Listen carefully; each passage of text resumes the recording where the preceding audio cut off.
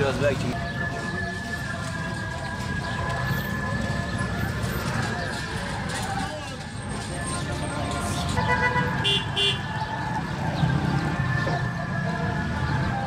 Hayır, yetersiz yani, ne yeterlisi? En az 35 milyar olması lazım. Askeri ücretle yaşayan ne ölüdür ne sağdır.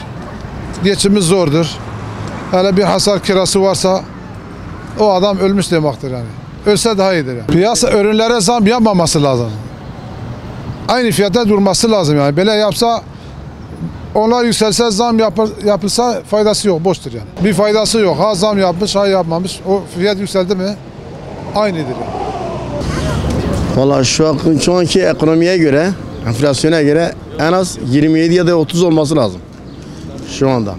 Hayat çok pahalı, bir şey alınmıyor. Zaten 17 milyar açlık sınırı 22 milyar. Zaten asgari ücret şu andaki 17.000 TL asgari ücretin altında. İnsanlar 4 kişilik bir aile 17 binden nasıl geçim yapsın? Bana Allah aşkına bir söyler misiniz? Bir kiradan olmuş 10 milyar. 15 milyar.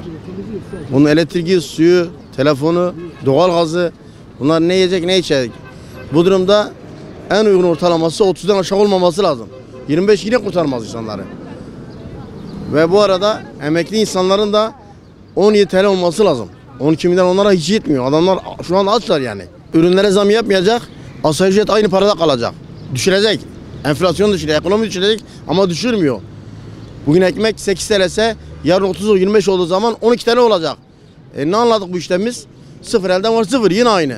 Değişen bir şey yok. Önemli olan burada ekonomiyi düşürmek, enflasyonu düşürmek, vatandaşı rahatlatmak. En azından 30.000 TL olması lazım. En uygunu da bu. Kimisi ben haberleri bəziliyəm veyahut da ortada belə laf söylənir cəmiyyət içərisində 30 milyar olsun. Kimisi 20. Ben rahat yani bu askeriyet yılbaşından sonra 22,5 kağıdın üzerinde olursa var ya elimi öpün başıma koyup. Yani yapmazlar çünkü uzun zamandır biz bu askeriyeti üzerine peşine düşüyor. Şimdi ekonomik hayat bağlılığı var, yoksulluk var, işsizlik var. Bunu devlet babamın düşünmesi lazım. Sayın Devlet Baba, sen Türkiye'nin 85 milyon, 90 milyonun hemen başında bir babasın Türkiye. Seni el atmayı lazım, çare bulmayı lazım. Nedense bu seçimden sonra bir gerileme oldu, bir tekleme oldu. Bu askeri ücreti komisyon başkanı Allah kalplerine vicdanına merhamet bırakır.